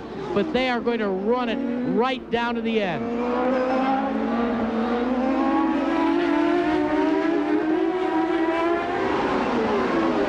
Patrick Carpentier leads Greg Moore. Total career victories among our top 3 runners right now, 0. Last week in Milwaukee, we had a first-time winner in Greg Moore. Could we have another one here today in Detroit? Carpentier with some wide lines through those corners. That must be tantalizing for Greg Moore. With all of these yellow flags, we have 18 cars still on the lead lap of the 27 that started. And Bob, look at them. Not only 18 cars, but they're almost all nose to tail. Dyson for a spot. Down through the sequential gearbox, through turns 13 and 14. Michael Andretti on the throttle. Oh, Carpentier all over that racing line. He's taking it in there deep under braking, gets the car a little twitchy, but he's holding on to it. He's doing a great job. There's the gap in the battle for third place between Carpentier and Moore. Blundell about 1.5 seconds ahead of this battle in second place. And Gugelmin, his teammate, another 1.5 seconds ahead of Blundell. And Bob, remember, Moore of the front runners does not have to come back in for fuel. They have fulfilled their fuel obligations. They've got plenty on board. Nor does Michael Andretti, who's right behind him. And right behind him on fresher tires is Moreno, and he doesn't need to stop for fuel. Michael Andretti might be wondering, what do I have to do to get around this guy? There's Gugelmin, there's Blundell at the bottom of your screen, then Carpentier, Moore, Andretti, Moreno, and Gilles de Ferran in the red, white, and blue Valvoline car, looking for a way around Moreno.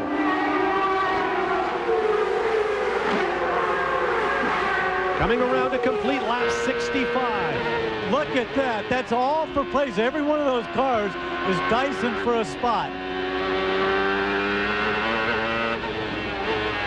It's a warm day here in Detroit. The drivers have been working hard. Everybody waiting for the other guy to make a mistake, hoping to take advantage of it. For the better part of 2 hours, they have had to have complete precision in where they place the car. This is our Honda Helicam trying to pace the cars along Sunset Drive, and it can't do it. Excuse me, that's the Strand turning into turn 8 and 9. Don't forget, at that spot, they're doing about 180 miles an hour down that back straightaway. What great views of a huge crowd on hand here on Belle Isle. Looks like more and more Maurizio Gugelmin and Mark Blundell are coming into the picture. That means if they're trimming their fuel back, they're running a little bit more conservatively. These guys are closing in on it ever so slowly. Keep in mind, the drivers can control the fuel flow and the fuel efficiency. And they'll be working hard with their pits. What position should we be in to try to keep the revs where they need to be to keep me ahead of the guy behind me? And those moments get pretty heated because the engineer's telling them to turn it down, and they're going, I can't, I've got somebody behind me. So it's, you know, very frustrating. And Danny, here's what's going on in the radio communication with Gugelmin. His crew is telling him, slow down just a little bit. They aren't going to be able to pass you anyways. Remember, we've talked about it throughout the day. This is a narrow place, a concrete canyon. As we look at Patrick Carpentier in the battle over Greg Moore. But Gugelmin getting some coaching from here on pit road. And Jack, the word has just gone out. Carpentier is going to have to pit. They've gone over the wall. They're ready for him. Boy, is that frustrating when you're sitting there waiting for that yellow. Please, we had so many in the beginning. Give me one here late. That's right. I don't want anybody to get hurt. I just want someone to get out there in a position where they have to throw the yellow. They do not. And Patrick Carpentier, the leader in the Rookie of the Year standings, comes in. His crew waves him down. Let's see how on the marks. Oh, the car having to back it up. They weren't perfect on the marks. The fuel hole still won't stretch. He's too far from the wall. This is a disaster. Carpentier throws his hands up in frustration. The crew cranks at the wheel. They're trying to get him close enough. Now they've got him close enough, and they seat the fuel connection. But that took 18 seconds alone to get to that stage. Now they disengage and he's rolling 26 and a fraction seconds. Oh, my. With a smoky burnout worthy of Big Daddy Don Garlits, Patrick Carpentier vents his anger as he gets back onto the racetrack after a disastrous pit stop just too far away from the fuel tank. What a disappointment for Patrick Carpentier. Meanwhile, we ride with Michael Andretti now up into 4th place. Greg Moore ahead of him right there in the blue and white car is in 3rd. Following Gugelmin and Blundell, and the question is, which of the Pac West teammates will pit first, if either, in fact, will do so?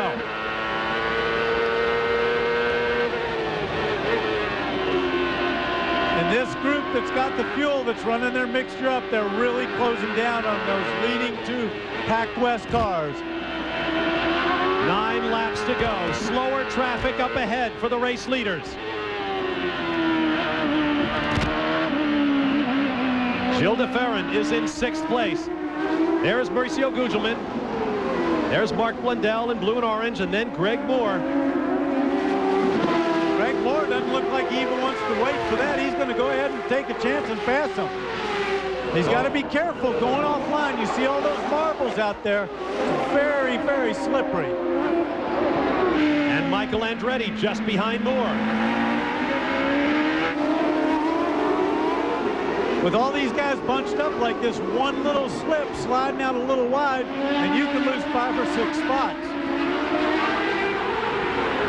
Look at the rubber bits flying everywhere on the backstretch. Right out to the wall with the left side wheels.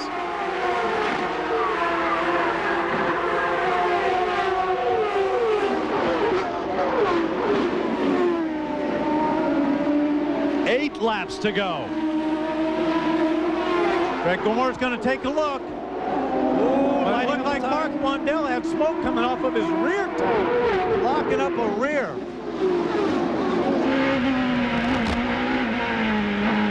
You have valuable championship points in hand. Do you risk all of them by trying to make a pass on this hockey rink of a racing surface? The problem is, as you say, those points are at stake. You've got to be careful what you do in front of you because it could result in a couple of guys getting by you from behind. If you don't find yourself in a tire wall or up against the unforgiving concrete. Race leader Gugelmin to the right of your screen. Slower traffic up ahead. Jack Arute has more on him. And that traffic, gentlemen, comes into play with Gugelmin's battle plan. They have told him, try and go around the traffic slowly. Make it difficult to pass, but back off as much as possible. Their calculations on pit road say Gugelmin can just make it, but on vapors. One of the slower cars, Arndt Meyer, dives for the pit lane, but Hiro Matsushita is still out ahead of our race leader with 7 laps to go. And we saw what happened when Matsushita was pressed by the race leaders earlier. Down the inside goes Gugelmin and takes it. And gets around Matsushita. He doesn't take a position from him. And now everyone gets by, it would appear, cleanly. Look at this line of traffic. And Matsushita is out there in front of Al Unser Jr. Unser Jr. runs 8th. And now he is around the Japanese driver. Raul Boesel is around him. Parker Johnstone is around him. The real problem for him is there's no place for him to go to get out of their way.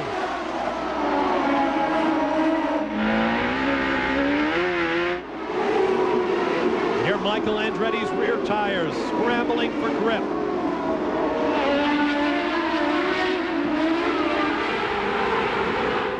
There will be 6 laps to go next time under the start-finish flag stand. Gugelmin and Blundell, who have yet to produce a race victory between them for car owner Bruce McCaw. Could they go 1 and 2 today for Pac West? Greg Moore. No, he had a look around Blundell.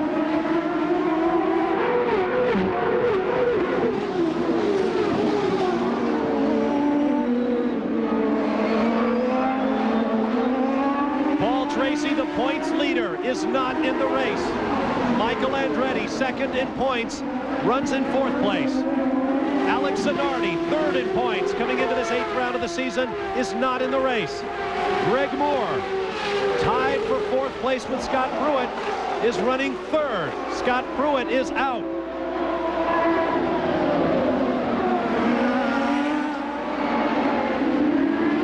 There's Parker Johnstone going slowly. Johnstone from 9th place pulls the car aside. And you see the smoke coming from under the back end of the car. What a disappointment for Team Green.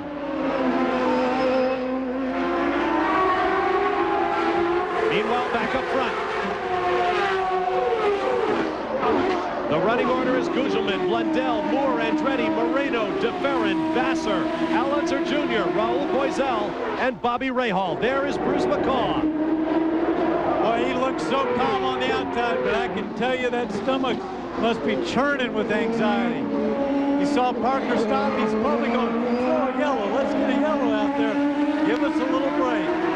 Bruce McCaw is a tremendous automotive enthusiast. He has a wonderful fleet of cars, including a BRM driven in Monaco in the Formula One race by the late Graham Hill. And he raced himself this weekend here in the Neon Challenge.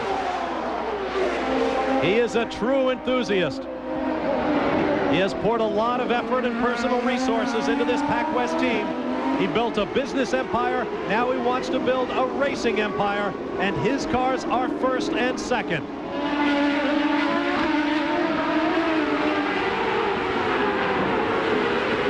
DeFerrin looks up the inside of Moreno.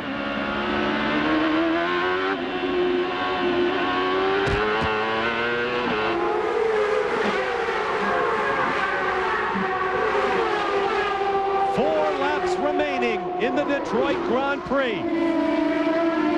There's no stopping now for either Gugelmin or Blundell. Ooh, DeFerrin once again tries Moreno. Takes a look, but that's a very quick corner there.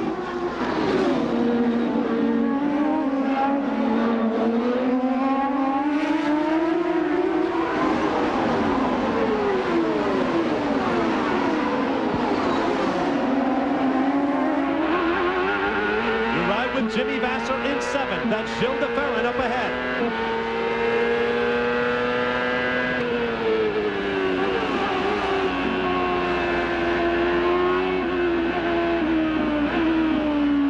You can see just how narrow the racetrack is, how blind the corners are. Back up front. To Sunset Drive comes Gilles DeFerrin with Mark Blundell and Greg Moore behind him. And once again, DeFerrin tries Roberto Moreno. Oh, look at this. Oh, the wheel inside. Oh, is that tight? Oh, the wheel. And DeFerrin takes the position. And Jimmy Vassar comes up the inside of Roberto Moreno as well, who loses 2 positions on the racetrack in 1 corner.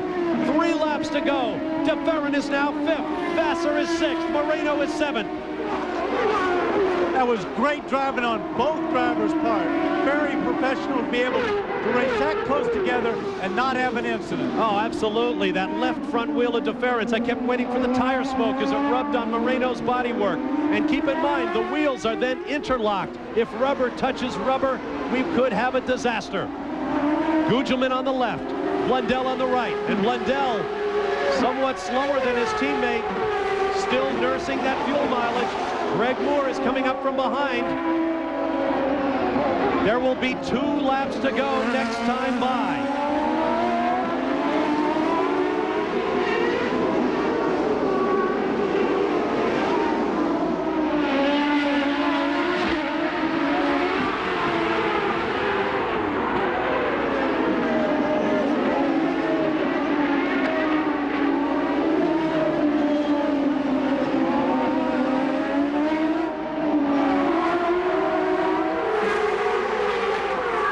Mauricio Gugelmin leads them across the start-finish stripe. 2 laps to go. Gugelmin's best finish, a second place, and he's done it several times. Mark Blundell behind him has never been on a podium. The only driver in the top 10 as they run right now who has never taken a step onto a podium in the PPG Kart World Series. But he may get one today. He's in the silver medal position behind his teammate.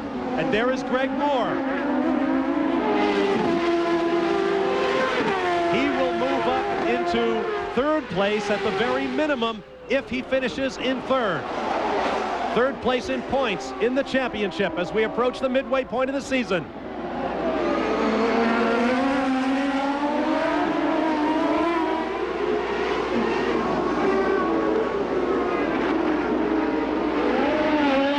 Approximately 3 miles remaining for the PacWest teammates. Look back there, Michael Andretti. Gugelmin, DeFerrin was taking a look at him too. Michael said, "You're not having any of that. You did it to my teammate, you're not doing it to me." Here comes the white flag for the PacWest teammates, Gugelmin and Blundell. Final lap of the Detroit Grand Prix. 2 miles to go. Do they have enough fuel?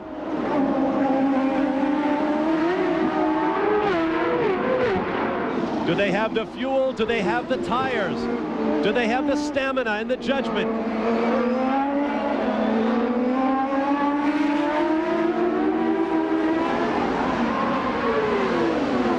On to the strand. How much throttle can... And Gugelmin slows. Blundell bursts into the lead as his teammate slows out of fuel. And now Greg Moore has a decision to make. I could have passed him for second. Can I pass him for my second consecutive lead? Bruce McCaw and the team looking on. It's all in the hands of Mark Blundell. He's only got 2 corners to go. Blundell in the middle of the racetrack. Defensive position. Michael Andretti doing the same in what is now 3rd place. And Blundell slows. Moore is in the lead. Blundell is out of fuel. And it has all come apart for the PacWest teammates. Victory.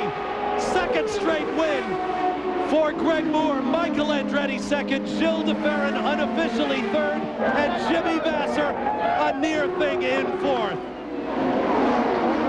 Is it possible that 1st and 2nd place run out of fuel on the last lap? But that's exactly what happened. Both teams ran out of fuel. They were just a couple of 1,000 yards short of going to victory lane. And there is Mark Blundell, who rolls to a stop that far from the checkered flag. And he throws the steering wheel out of the car. The frustration is all world for Mark Blundell. We'll be back to the Detroit Grand Prix after this message and a word from our ABC station. We're back in Detroit. Be sure to stay with ABC Sports. Coming up next, the first of 4 rounds of the International Race of Champions from Daytona International Speedway, immediately following our coverage of the Detroit Grand Prix. Down to Jack Arute with our winner. Well, Greg Moore, congratulations. You've gotten the congratulations from Mercedes, from your dad. What did your dad tell you? Oh, my dad just said, good job. You know, it's, this is the team to win this one. I mean, we stretched it out on it was Steve Chalice's call to leave the Firestones on for, I think we left them on for, over half the race there, and I think that's really what won us the race, was the pit position there. Now, what about near the end? Blundell and Gugelmin in front of you. What was the conversations back and forth on pit road with your team? 2 laps from the end, they said, well, if you get a possibility, a good chance to pass, you better do it, because we think they might be able to go. And then I saw Maurizio bobble, and then down the end of the back, I saw Mark, and I thought, wow, I just can't believe this. This is unbelievable. At 22 years old, we've said you're the youngest winner, and now a Canadian that wins, now so much on your shoulders. I mean, can it stop? I mean, where does this all end for you? Let's hope it never stops. I just love this. This is beautiful. I love it. Well, congratulations to you, Greg. Let's check in with Gary Gerould. Gary. Well, you see the fuel cell. It needed less than a half gallon of fuel, and this man would have been on the podium with a victory. Mark Blundell, have you ever had a more crushing experience in your motor racing career?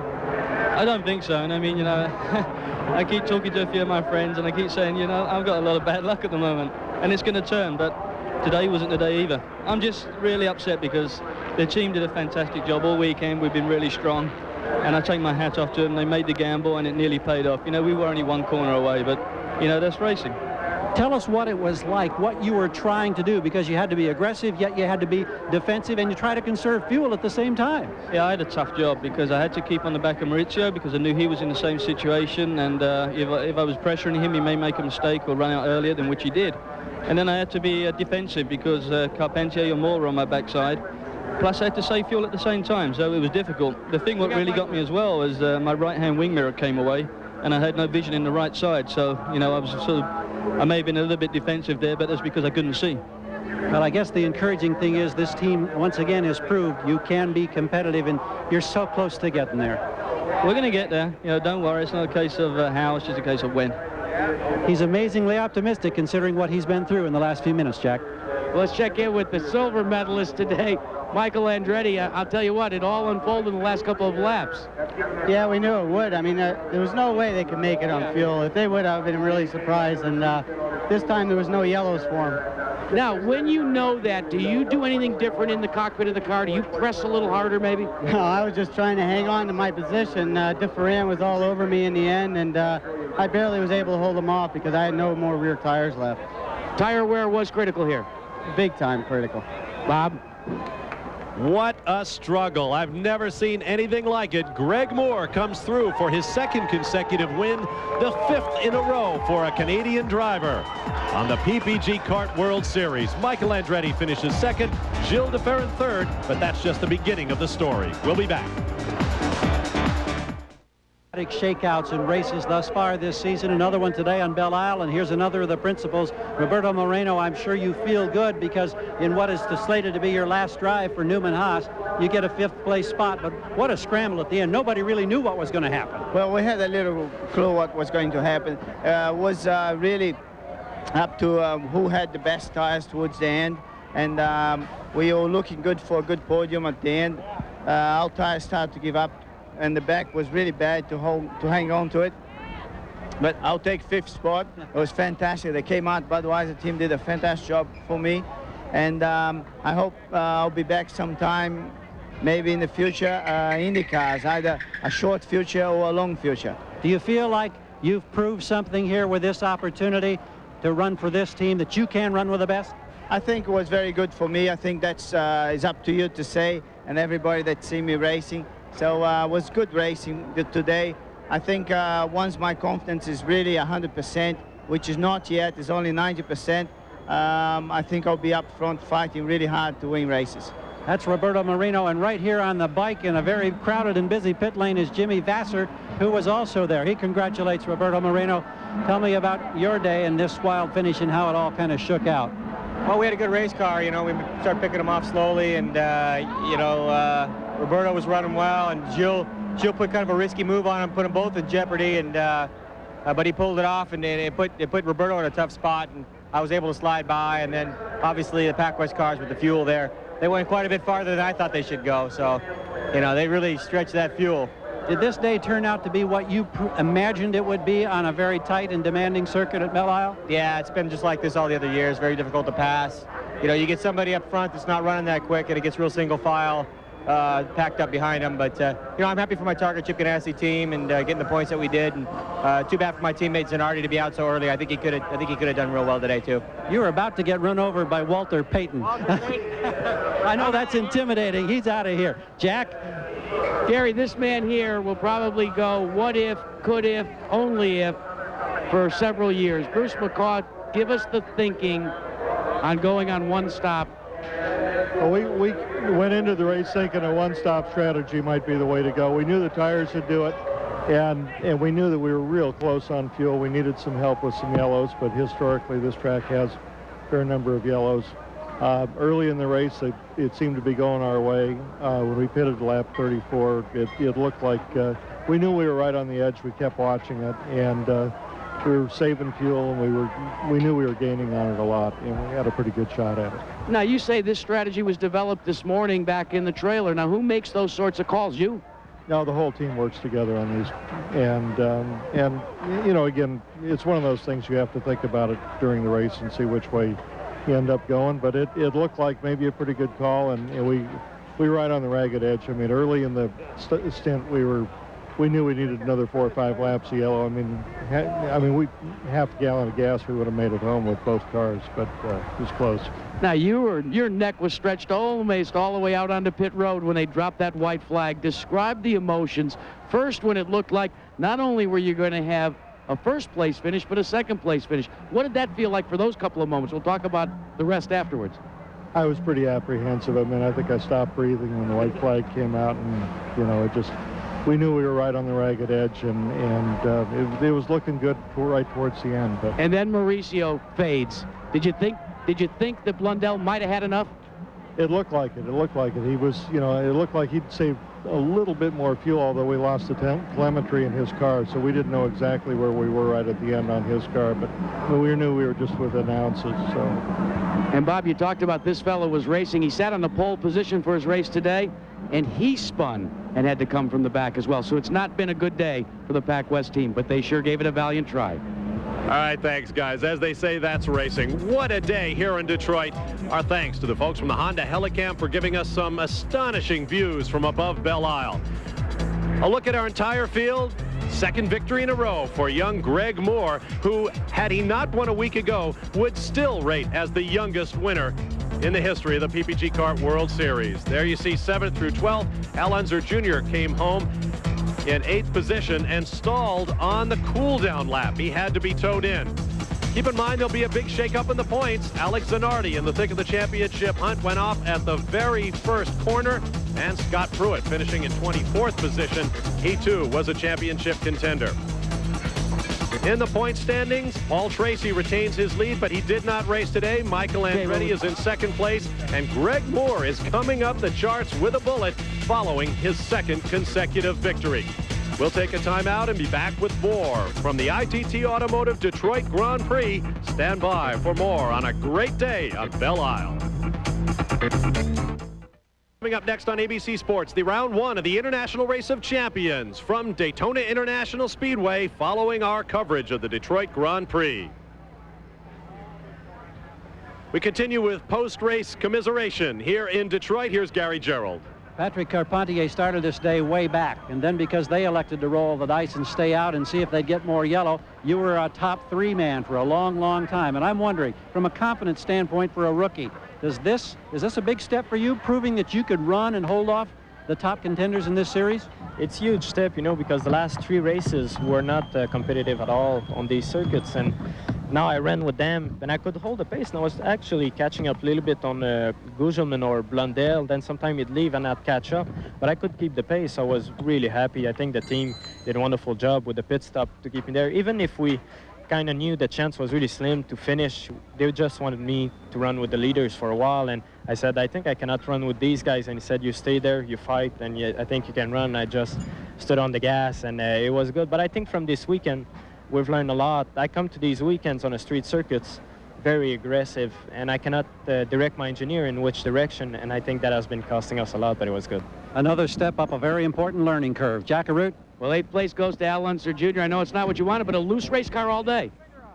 Yeah, we were fighting pretty much. The rear tires would go off on me there about 3/4 of a tank, and then, you know, we made that gamble with that long run there at the end, and the tires were just shot there at the end. But I'm really proud of the Marlboro crew. They did a great job, and you know, one of these days we'll get up there.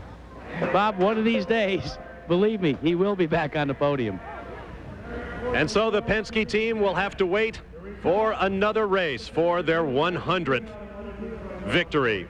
This was the scene on the backstretch as gas felled first Mauricio Gugelmin, and moments later his teammate Mark Blundell. Danny Sullivan, we weren't sure coming into this race that fuel would be a problem.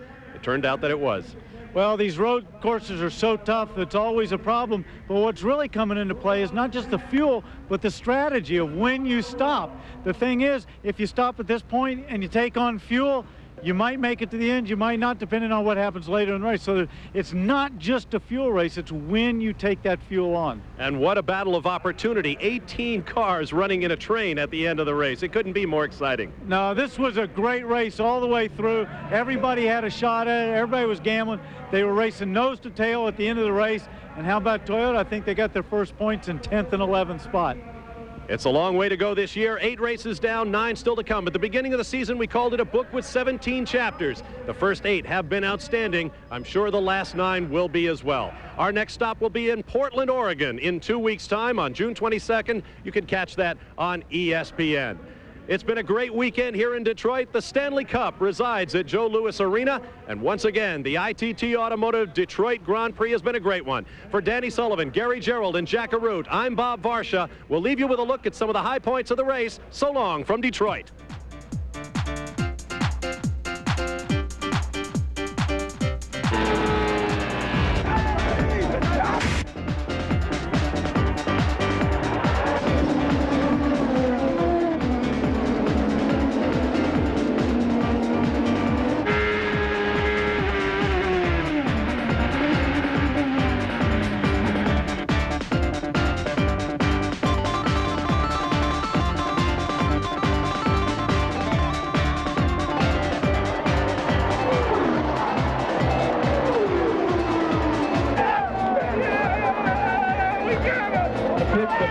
Side of this dramatic sport. Hey, everybody, how about a round of applause for this cross team? They gambled, here's starting by Bruce Battaglio. Here's